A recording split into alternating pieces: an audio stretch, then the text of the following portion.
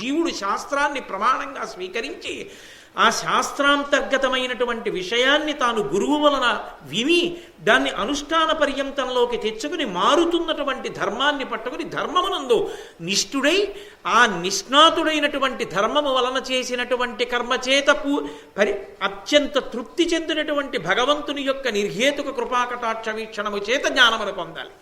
ఆ జ్ఞానము వలన తాను ఆత్మ అని తెలుసుకుని అనుభవంలోకి వచ్చిన తరువాత జీవన్ముక్తుడుగా నిలబడాలి. అది ప్రస్థానం.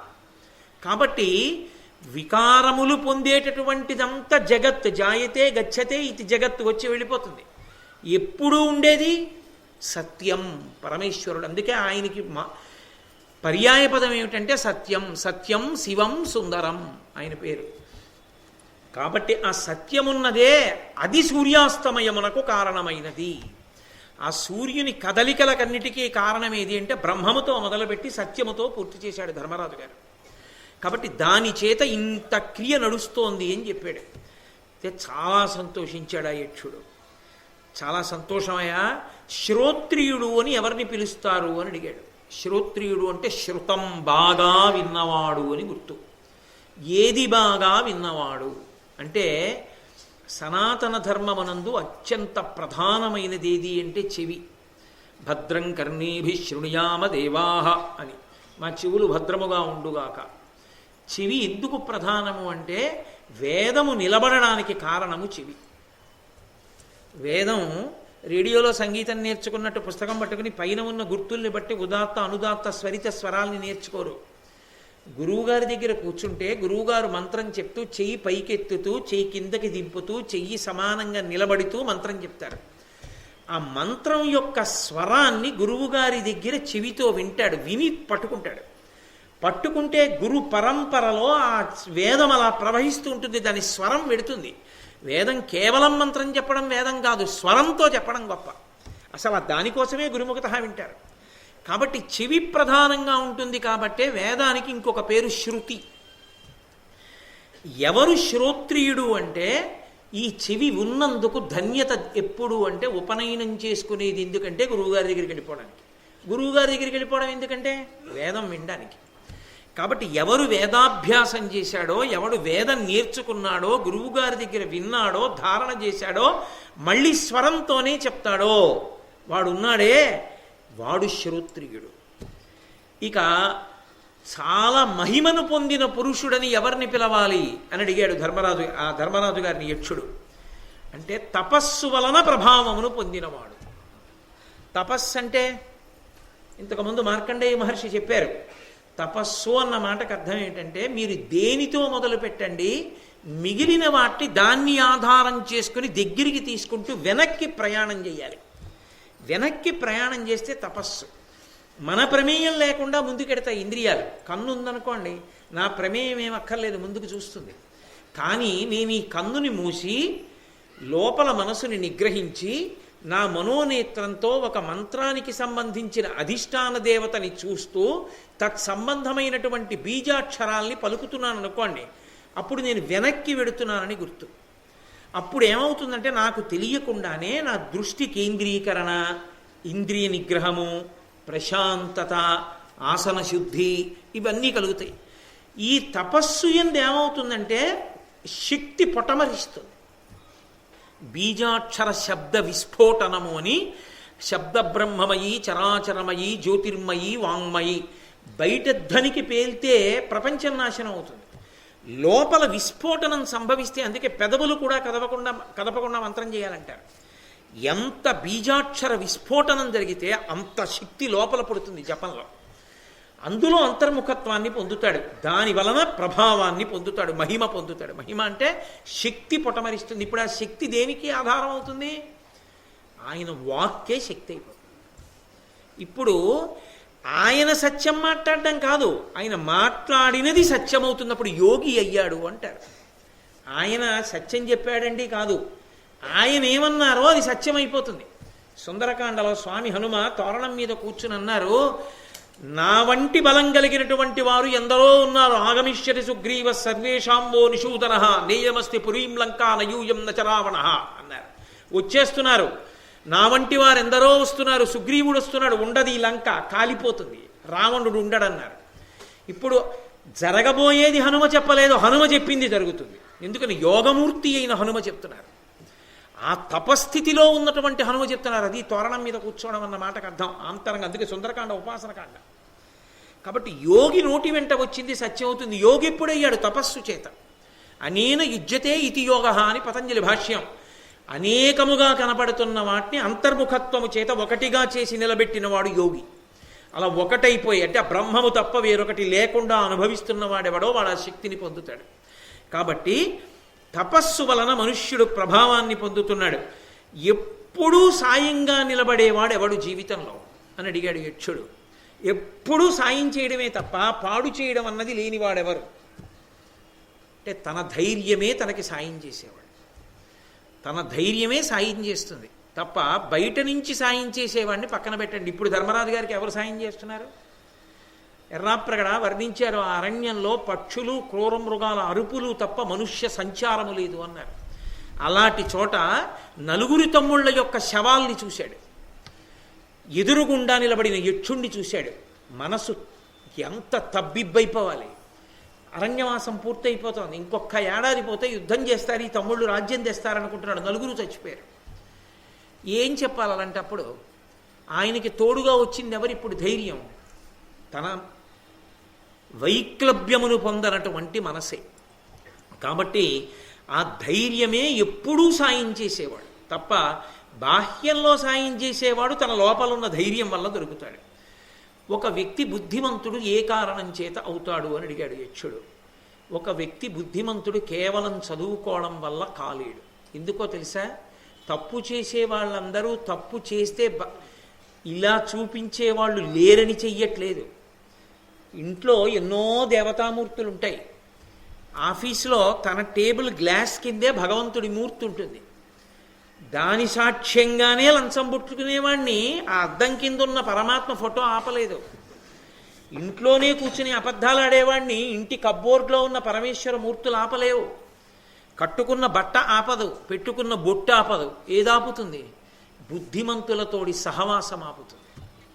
రామకృష్ణ పరమహంస అంటారు, ఏనుగు నడిచి వెళ్ళిపోతూ తొండమెత్తి ఇలా కొమ్మను లాగబోతుంది. బక్కగా ఉన్న మామటి పక్కన అంకుశం పెట్టి ఇలా అంటాడు, దింపేస్తుంది.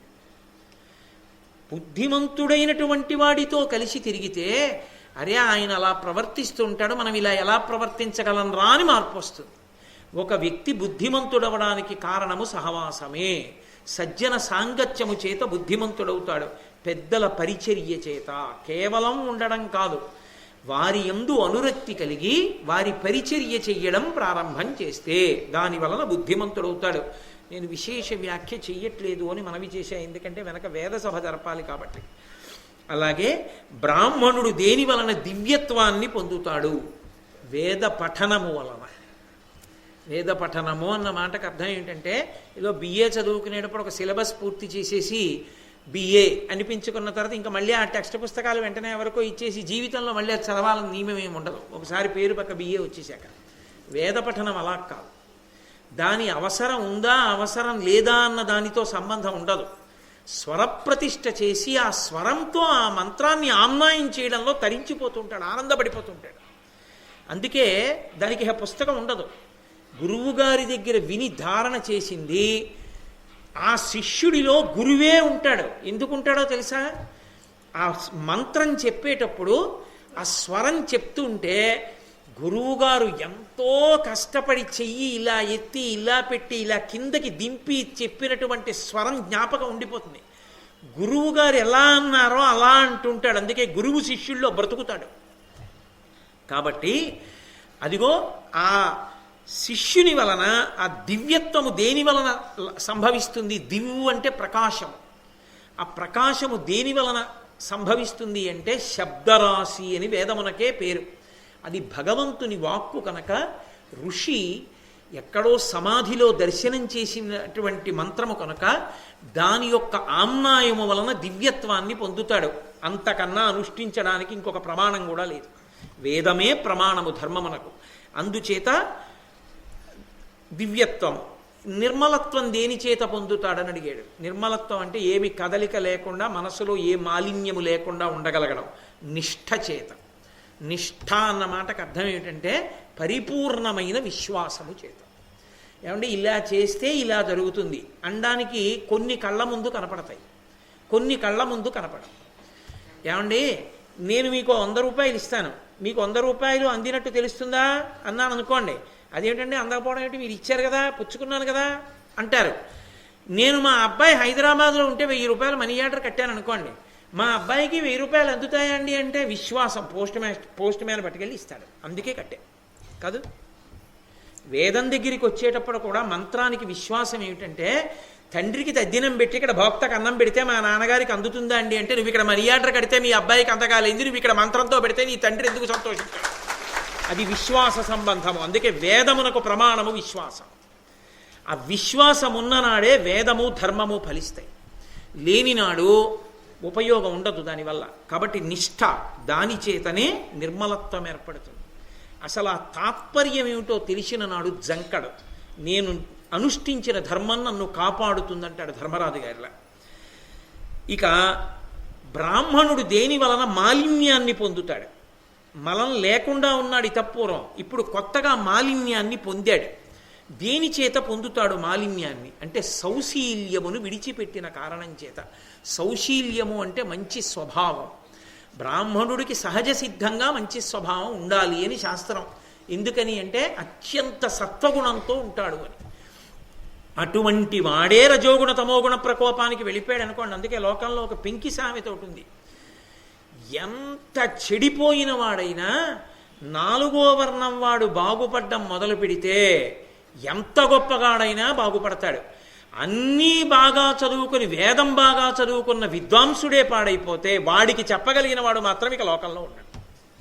ఈ మాట నేను కాదు, పోతన గారు అన్నారు, జ్ఞాన కలునిలోని శారదయువోలే అన్నారు. ఎందుకని? వాడేమనుకుంటున్నాడో దానికి అన్వయం చేస్తాడు వ్యాఖ్యని. కాదు, ఉన్నది ఉన్నట్టు చెప్పిన వాడెవరో వాడు మాలిన్యము లేనివాడు. అది ఎప్పుడు ఆ నిష్ఠ కుదిరితేనే. అందుకే సౌశీల్యము తన స్వభావాన్ని విడిచిపెట్టేశాడా రజోగుణ తమోగుణ సంపర్కము చేత, దాని చేత మాలిన్యము వచ్చేస్తుంది.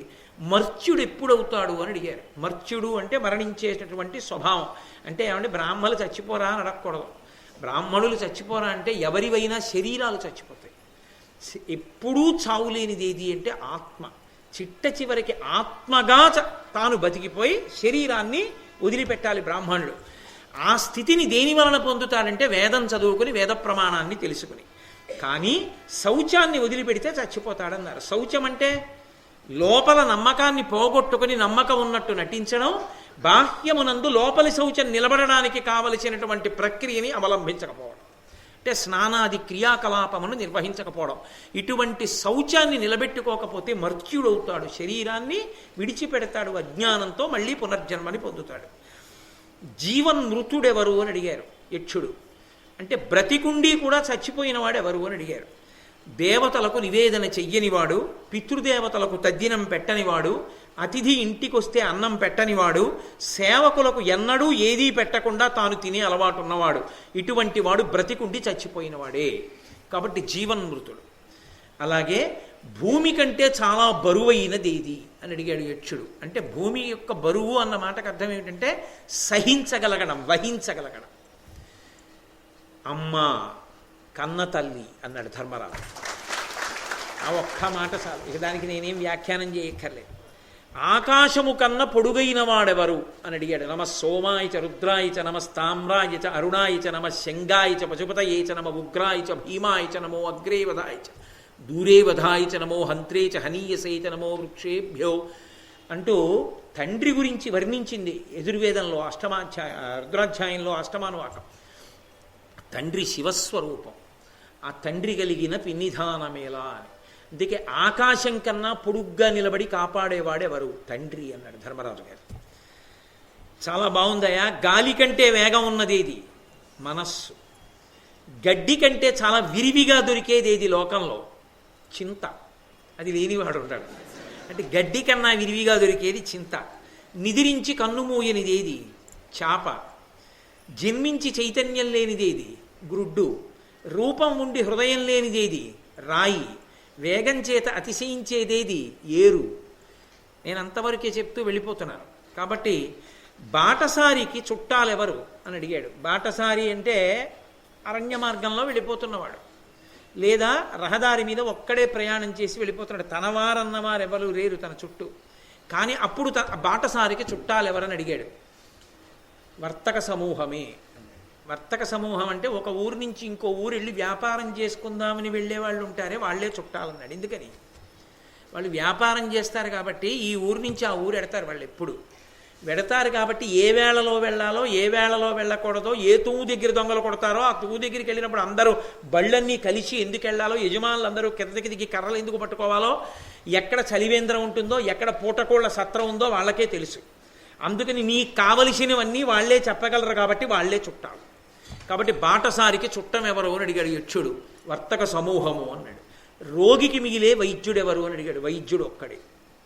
ఎక్కడో ఇంటెన్సివ్ కేర్ యూనిట్లో పడున్నాడు, మిగిలిన వాళ్ళు అద్దంలోంచి చూస్తున్నారు.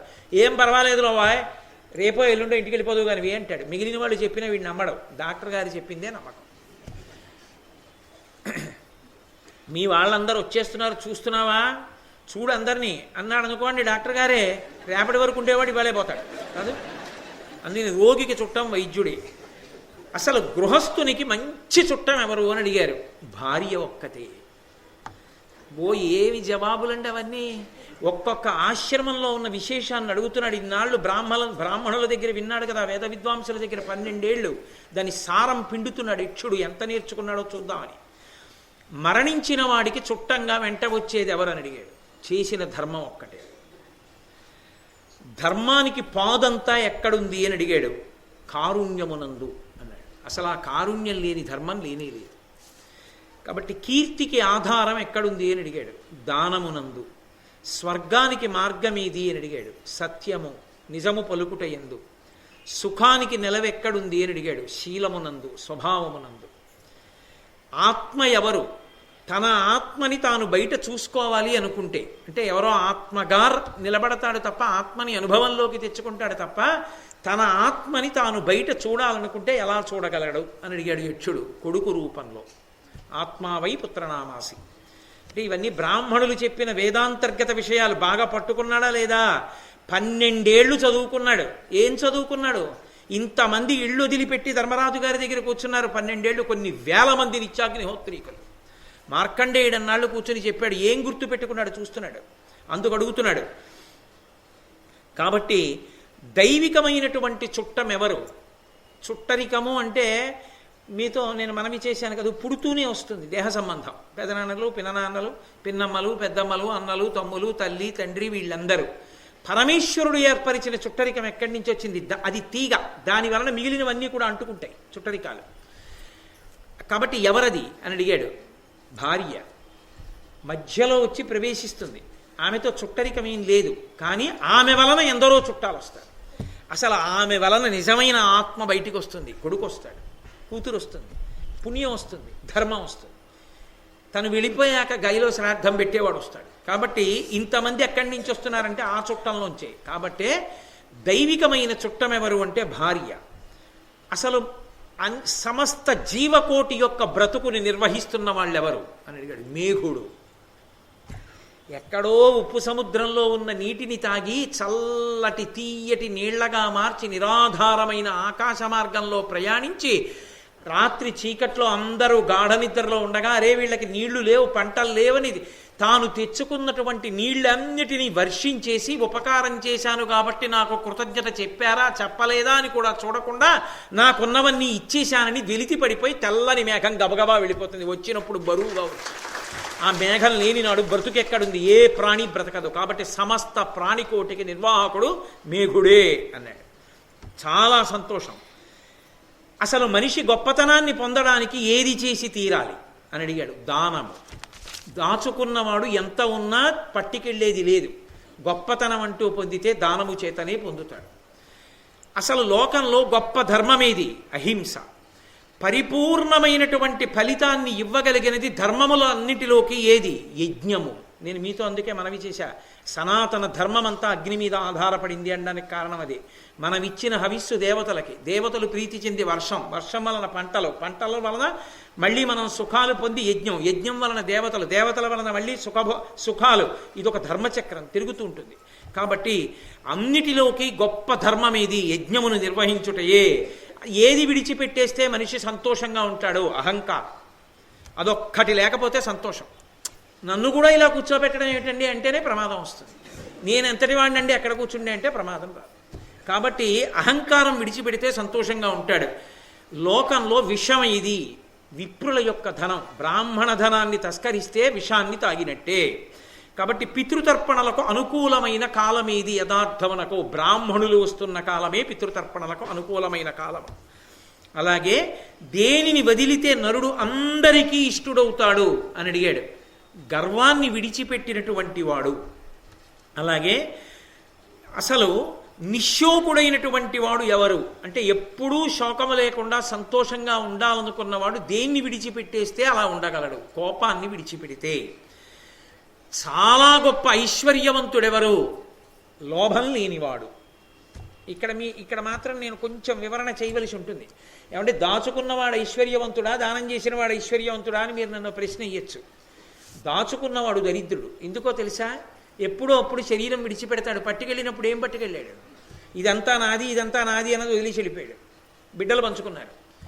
దానం చేసింది తనతో పాటుగా పుణ్యంగా వస్తోంది, తనదైంది, తనదిగా పట్టుకెడుతున్నాడు. అందుకే దానం చేసిన వాడు ధన్యాత్ముడు, లోభి దరిద్రుడు. కాబట్టి ఎవడ ఐశ్వర్యవంతుడు? లోభాన్ని విడిచిపెట్టినవాడు. అలాగే సౌఖ్యము కలవాడెవరు అంటే, ఎప్పుడూ సంతోషంగా ఉండగలిగిన వాడెవరు? నిత్యతృప్తితో ఎవడుంటాడు? తృష్ణ లేనివాడు, కోరిక లేనివాడు కాడు. కోరిక ఉండాలి.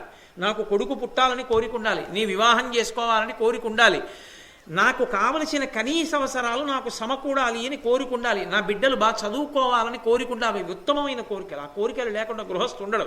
లేకపోతే ఇంకా ధర్మార్థ కామ మోక్ష చతుర్విధ పురుషార్థ బల సిద్ధ్యర్థం అన్న మాటే లేదు. అది కాదు, నేను ధర్మమును అనుష్ఠించాలన్న కోరిక ఉండాలి. అవి కోరికలు. తృష్ణ వేరు. తృష్ణ పరిగెత్తడం, పరిగెత్తి అది అందక చచ్చిపోవడం మృగతృష్ణ అంటారు. కోరిక, డబ్బు, ఈ రెండిటిని కలిపి మధ్యలో మనిషి పెరిగిడితే తృష్ణ అంటారు. ఓ కోరిక పుట్టింది, ఈ కోరిక తీర్చుకోవడానికి డబ్బని పరిగెత్తాడు, ఈ డబ్బట్టుకొచ్చాడు, అగ్నిహోత్రంలో నెయ్యి పోసినట్టు తీరింది, ఆగిపోతాడా? బ్లాక్ అండ్ వైట్ టీవీ తెచ్చుకున్నాడు, కలర్ ఉంటే బాగుండు, మళ్ళీ పరిగెత్తాడు, మళ్ళీ తెచ్చాడు, పెట్టాడు. దీనికి ఒక్క వీసీడీ ఉంటే బాగుండు, మళ్ళీ పరిగెత్తాడు, మళ్ళీ తెచ్చాడు. ఇది ఏదో డివిడి ఉంటే బాగుండేది, దీనికి రిమోట్ ఉంటే బాగుండేది, దీనికి స్పీకర్లు ఉంటే బాగుండేది, దీనికి సౌండ్ సిస్టమ్ ఉంటే బాగుండేది. ఈ నెయ్యి తెచ్చి అగ్నిహోత్రంలో పైయడం, భగ్గుమంటూ ఉండడం, ఈ పరుగుతో ఆఖరికి జీవితం వదిలేశాడు. చిట్ట చివరికి ఏం పట్టుకెళ్ళాడు?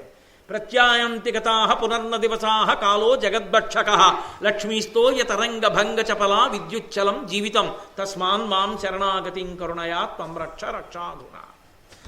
నిరుపులా ఈ భోగాలు అయిపోయాయి, జీవితం అయిపోయింది, తను చేసింది లేదు, ఏ కర్మ లేదు, త్రియక్కుల్లోకి వెళ్ళిపోయాడు. కాబట్టి తృష్ణయందు ఉన్నవాడెవరో వాడికి సౌఖ్యము లేదు. తృష్ణ లేనివాడు అంత సౌఖ్యంగా ఉంటాడు, హాయిగా సంతోషంగా ఉంటాడు. పురుషుడు అని ఎవరిని పిలవచ్చు? ఆయనండి పురుషుడు అని ఎవరిని అనొచ్చు? భూమి నుండి ఆకాశం వరకు కీర్తిని సముపార్జించుకున్న వాడిని పురుషుడని పిలవాలన్నారు. సర్వధని అని ఎవరిని పిలవాలి అని అడిగారు. సర్వధని అంటే అన్ని ధనములు ఉన్నవాడు అని ఎవరు అంటే, 3 గుణములు ఉన్నవాడిని సర్వధని అని పిలవమన్నారు. ప్రియమునందు అప్రియమునందు, సుఖమునందు దుఃఖమునందు, జరిగిన కార్యములందు జరగవలసిన కార్యములందు సమభావనతో ఉన్నవాడు. తుల్య నిందా స్తుతిర్మౌని సంతుష్టో ఏనకేనచిత్ అతి అనికేత స్థిరమతి భక్తిమాన్ మే ప్రియో నరః అంటాడు గీతాచార్యుడు. ఈ మాటలు చెప్తే పొంగిపోయాడు. పొంగిపోయి యక్షుడన్నాడు, చాలా సంతోషించానయ్యా, ఒక్క ప్రశ్నకు వదిలిపెట్టకుండా చెప్పావు సమాధానం, అన్ని వైదికాలు, వేదాంతర్గతమైన జవాబులు, ఏదో నోటికొచ్చినవి కావు. అంటే 12 ఏళ్ళు బ్రాహ్మణులు వేద విద్వాంసులు చెప్పినవి నీ తలకెక్కే. ఆనందించాను. కోరుకో, ఏం కోరుకుంటావు అని. నీ అన్నదమ్ములు, నీ తమ్ముళ్లలో ఒకడిని బతికిస్తాను, ఎవరి పేరు కావాలో అడుగన్నాడు. వెంటనే తడువుకోకుండా ఆయన, నాకు నకులుణ్ణి బ్రతికించు, బ్రతికిస్తాను, కానీ నీకు రాజ్యం ఇప్పించేవాళ్ళు భీమార్జునులు, వాళ్ళని వదిలేసి నకులుణ్ణి ఎందుకు అడిగా ఉన్నాడు. మా నాన్నగారికి 2 భార్యలు కుంతి మాద్రి. కుంతీపుత్రులలో పెద్దవాణ్ణి నేను బతికున్నాను. ధర్మం ధర్మమే, నోటితో చెప్పింది ధర్మం కాదు, అనుష్ఠించింది ధర్మం. కాబట్టి నువ్వు కోరుకో అన్నప్పుడు బ్రతికుండవలసిన వాడు మా నాన్నగారి 2వ భార్య కొడుకు, మా పిన్నమ్మ కొడుకు బతకాలి. అందుకని ఆవిడ పెద్ద కొడుకు కనుక నకులుణ్ణి బతికించమన్నానన్నాడు. అనుష్ఠించని వాచావేదాంతం నాకు అక్కర్లేదన్నాడు ధర్మరాజు. పొంగిపోయి ఆయన అన్నాడు, నేనెవరో తెలుసా? నేను యమధర్మరాజుని, నీ తండ్రిని. నాయనా, ఒక్కసారి నువ్వు అసలే ధర్మరాజువి, దానికి తోడు 12 ఏళ్ళు కొన్ని వేల మంది బ్రాహ్మణుల దగ్గర, వేద పండితుల దగ్గర, రోమశ మహర్షి దగ్గర, మార్కండేయుడి దగ్గర విన్నావు. విన్నది తలలో ఎంత పెట్టుకున్నావో పరీక్షిద్దామని వచ్చాను. పొంగిపోయాన్రా తండ్రి, ఏమి మాటలు చెప్పావు? ఏను ధర్ముడ జువ్య రాజకులేంద్ర, సత్యము శౌచమున్ దానమున్ తపమున్ శమంబు దాంతియున్ యశము పరిజ్ఞాన యుక్తియునాదు మూర్తులు సమ్మదంబున ఇప్పుడు మత్సూను ఉత్తమ ధార్మికున్ నిన్ను చూచు వేడుక వచ్చి తిన్. నా కొడుకువైనటువంటి నిన్ను చూడ్డానికి వచ్చాన్రా. యమధర్మరాజు గారంటే లోకమంతా ఏమనుకుంటుందంటే ఉసురు తీసేవాడు అనుకుంటుంది. కాదు, నేను ధర్మానికి ప్రతిరూపాన్ని. నా మూర్తులు ఏమిటో తెలుసా?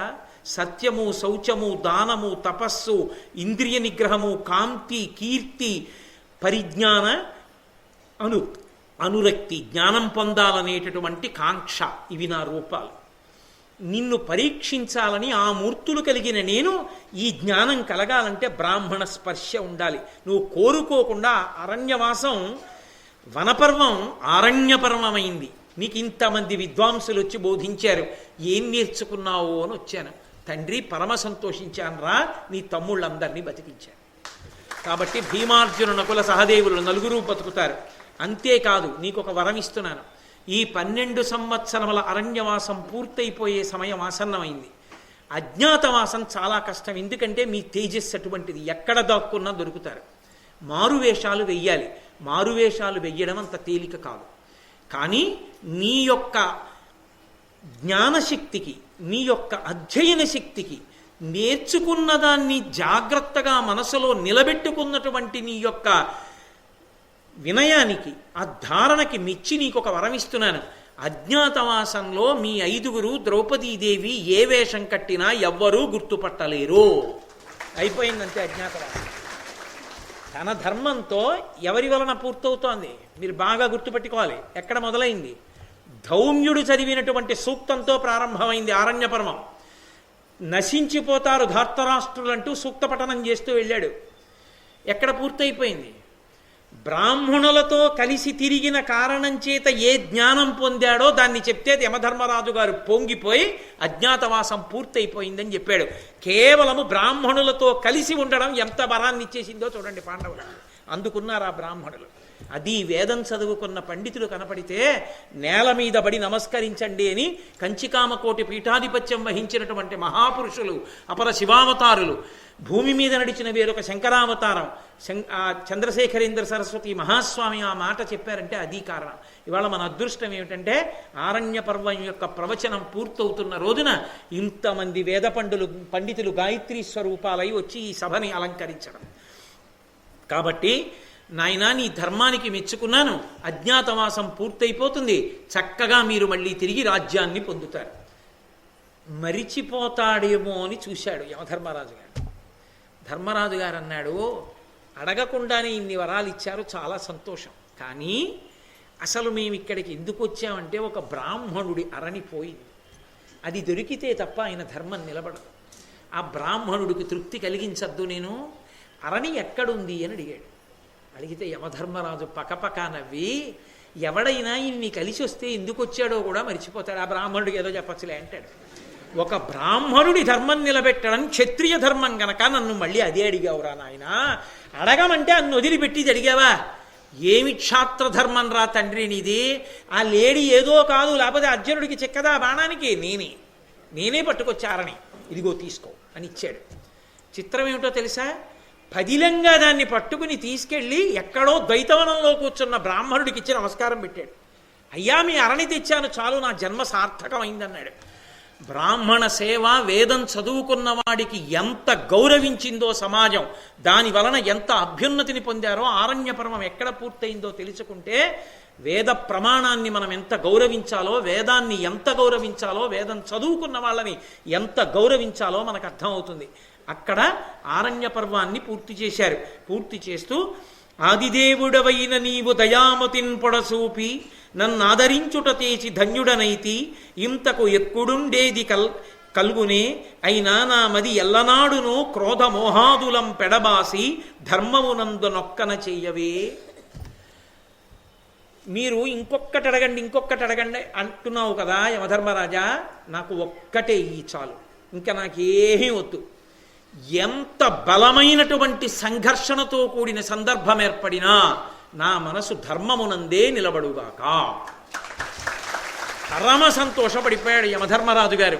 ఈ పద్యంతో పూర్తి చేశారు. అంటే ప్రధాన ఘట్టం ఇక్కడితో పూర్తయిపోయింది. ఆరణ్య పర్వ సారాంశం ఏమిటి అంటే, నేను మీతో ప్రతిరోజు మనవి చేస్తున్నా, ధర్మాన్ని పట్టుకున్నవాడు నశించడు. ఏది ధర్మమో, ధర్మమేదో చెప్పడానికి నేను కాదు అధికారి, ఎవ్వరూ కాదు అధికారి, వేదం అధికారి. వేదము ఈశ్వర ప్రోక్తము కాబట్టి వేదం ఏం చెప్పిందో అది ధర్మం. ఆ వేదాన్ని నమ్మి వేదానికి మనం నమస్కరించి నిలబడిన నాడు పరమేశ్వరుని యొక్క అనుగ్రహం మనకి కలుగుతుంది.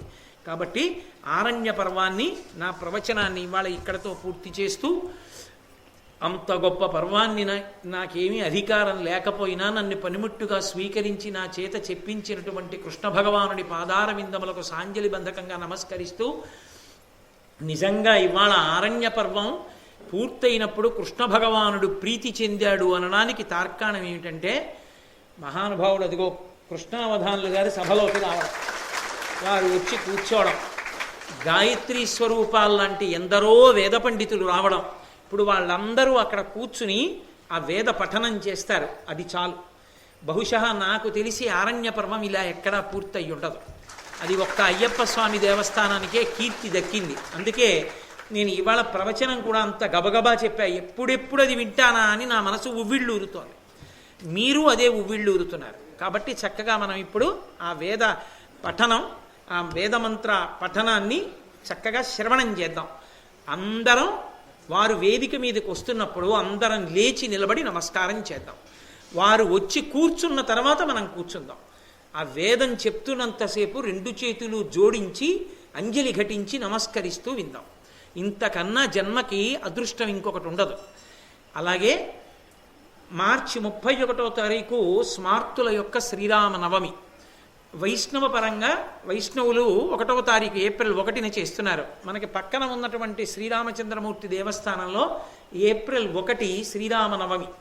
ఆ శ్రీరామ నవమి అద్భుతమైనటువంటి తిథి. ఆ తిథిని తప్పకుండా జరపాలి. అందుకే 30, 31 రెండు రోజులు కూడా శ్రీరామాయణం మీద ప్రవచనం చేస్తాను. 30వ తారీఖున రామచంద్రమూర్తి యొక్క అవతార వైశిష్ట్యం మీద చెప్తాను. 31వ తారీఖున సీతారామ కళ్యాణం చెప్తాను. శాస్త్రం శ్రీరామ నవమిని ఒకలా చెయ్యమని చెప్పింది. అలాగే మనం ఏం చేద్దామంటే, ఆ రోజు ఉదయం శ్రీరామచంద్రమూర్తి భజన చేసి, ఆ రోజు 11 గంటలకో కళ్యాణం ఉంటుందేమో, ఆ రోజు ఉదయం 9 గంటలకి శ్రీరామచంద్రమూర్తి ఆవిర్భావ సర్గ శ్లోకాలు చదవాలి. అందరం కలిసి చదవాలి.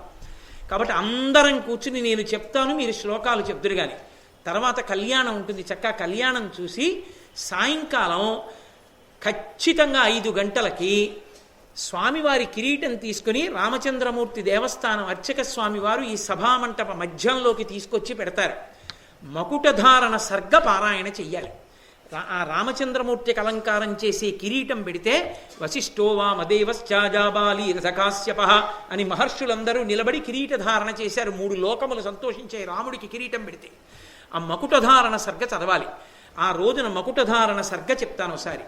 చెప్పాక కిరీటాన్ని మేళతాళాలతో తీసుకెళ్లి రామచంద్ర ప్రభువుకి అలంకారం చేసి, సాయంకాలం రథంలో సీతారామచంద్ర ప్రభువుని కూర్చోపెట్టుకుని ఆ కళ్యాణమూర్తులతో మనం మాడవీధుల్లో ప్రదక్షిణంగా దేవాలయానికి తిరిగి వస్తాం. కాబట్టి ఈ సంవత్సరం శ్రీరామనవమి కార్యక్రమాలు మనందరం కడుపు నిండా అద్భుతంగా శాస్త్రీయంగా చేసుకుందాం. కాబట్టి మనకి శ్రీరామనవమి 31నే ప్రారంభం. 31 సాయంకాలం శ్రీరామాయణం మీద ప్రవచనం ఉంటుంది. కాబట్టి రేపటి నుంచి ఒక 2-3 రోజులు ప్రవచనాలు ఉండవు. ఆ తర్వాత మళ్ళీ మహాభారతం ఉద్యోగ పర్వం ఎప్పుడు ప్రారంభం అవుతుంది అన్న ప్రశ్నకి జవాబు శ్రీరామాయణ ప్రవచనాల 2 రోజుల్లో చెప్తాను. కాబట్టి స్వస్తి మంగళాశాసనపరై పదాచార్య పురోగమై సర్వైశ్చ పూర్వైరాచార్యై సత్కృతాయాస్తు మంగళం మంగళం కోసలేంద్రాయ మహనీయ గుణాత్మనే చక్రవర్తి తనూజాయ సర్వభౌమాయ మంగళం ఉమాకాంతాయ కాంతాయ కామితార్థప్రదాయినే శ్రీగిరీశాయ దేవాయ మలినాథాయ మంగళం సర్వం శ్రీ ఉమామహేశ్వర పరబ్రహ్మార్పణమస్తు స్వస్తి.